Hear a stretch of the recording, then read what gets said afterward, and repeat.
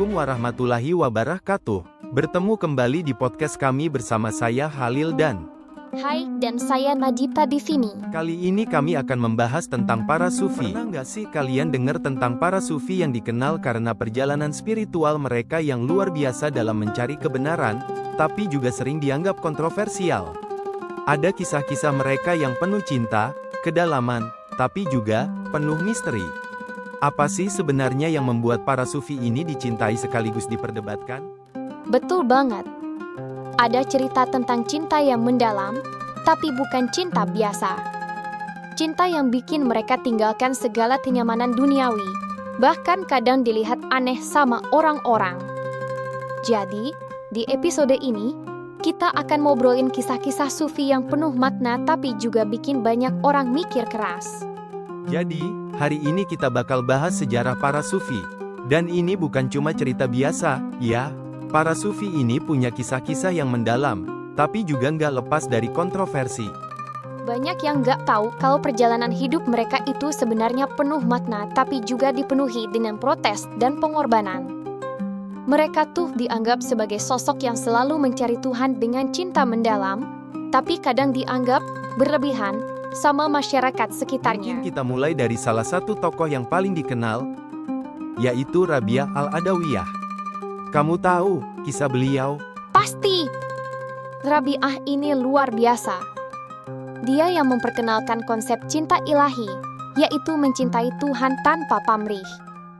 Diceritakan, dia pernah membawa obor di tangan dan seember air di tangan lainnya. Ketika ditanya, dia jawab, "Aku ingin membakar surga dan memadamkan neraka, supaya manusia tidak lagi menyembah Tuhan hanya karena ingin surga atau takut neraka." Ini kan bikin banyak orang bertanya-tanya. Betul, itu salah satu konsep yang dianggap kontroversial di masanya. Banyak orang merasa, kenapa harus sampai begitu? Tapi bagi Rabi'ah, cinta pada Tuhan itu nggak ada bandingannya. Nggak ada embel-embel, murni, cuma karena ingin dekat dengannya. Banyak yang nggak ngerti. Tapi itulah kenapa sosok seperti Rabi'ah ini sampai sekarang jadi inspirasi. Bahkan ada orang yang bilang, konsep spiritual yang dia bawa itu seperti cinta yang gila. Ya, cinta yang that will give. Iya, bisa dibilang gitu. Lalu ada lagi sosok yang menarik, yaitu Al-Hallaj. Ini tokoh sufi yang sering banget jadi bahan perdebatan. Oh, Al-Hallaj. Dia terkenal dengan kata-katanya yang fenomenal, Ana al-Haq, yang berarti, akulah kebenaran. Waktu itu, pernyataannya ini bikin gempar. Banyak orang yang langsung menganggap dia sesat, karena dianggap menyamakan dirinya dengan Tuhan. Bener, Al-Hallaj itu akhirnya dihukum mati karena perkataan itu. Tapi kalau kita lihat dari perspektif sufi, pernyataan itu bukan berarti dia merasa dirinya Tuhan, tapi lebih pada bahwa dia mencapai penyatuan yang sangat dekat dengan Tuhan. Semacam luruh dalam kebenaran Tuhan.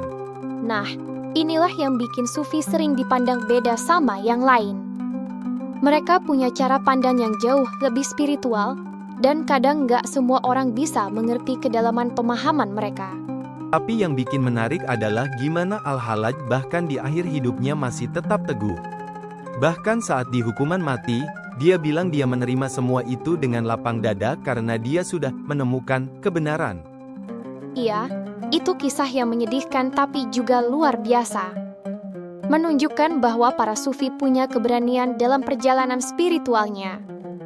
Mereka bisa berani mati demi apa yang mereka yakini. Nah, selain Rabi'ah dan Al-Hallaj, ada juga sosok Jalaluddin Rumi yang sering banget dikaitkan dengan puisi-puisi cinta. Benar! Banyak yang kenal Rumi sebagai penyair cinta, padahal cinta yang dimaksud bukan cinta antar manusia.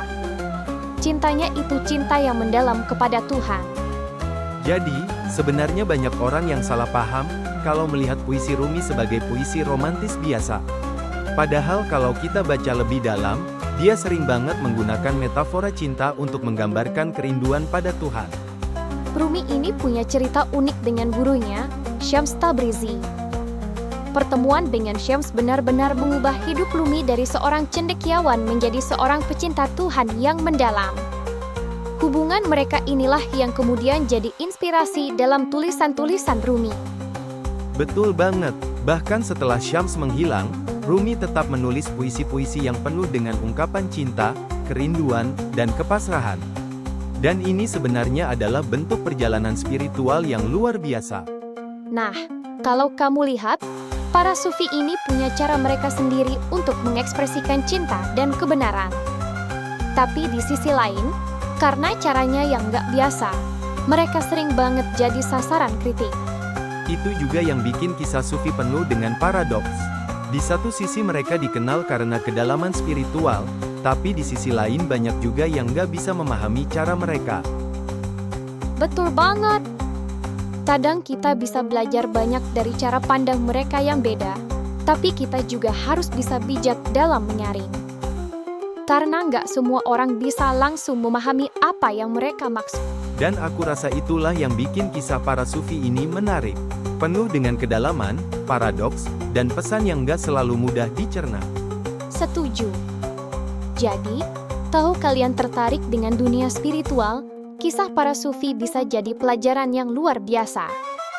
Mereka menunjukkan bagaimana seseorang bisa menemukan kedalaman dalam hal yang tak terlihat, dalam cinta yang gak biasa. Dan itu adalah bentuk cinta yang, menurut mereka, mengalahkan segalanya. Bukan hanya cinta kepada Tuhan, tapi cinta pada sesama manusia. Iya, karena di ujung perjalanan mereka, cinta yang tulus itu membuat mereka bisa menerima siapapun, apapun. Itu yang membuat kisah mereka tetap hidup hingga sekarang. Oke, teman-teman, jadi itulah sedikit cerita tentang perjalanan para sufi dan kontroversi yang mengiringi mereka. Kalau tertarik, coba baca puisi-puisi Rumi atau sejarah hidup tokoh sufi lainnya. Bisa jadi kalian akan menemukan perspektif baru tentang kehidupan dan cinta. Dan siapa tahu, kalian bisa menemukan inspirasi untuk menjadi lebih baik. Sampai jumpa di episode berikutnya. Demikian podcast kami kali ini, nantikan kami di episode berikutnya dengan pembahasan berbeda. Dan jangan lupa, like, Komen, komen, dan dan subscribe, biar kami tambah bersemangat untuk membuat konten podcast lainnya.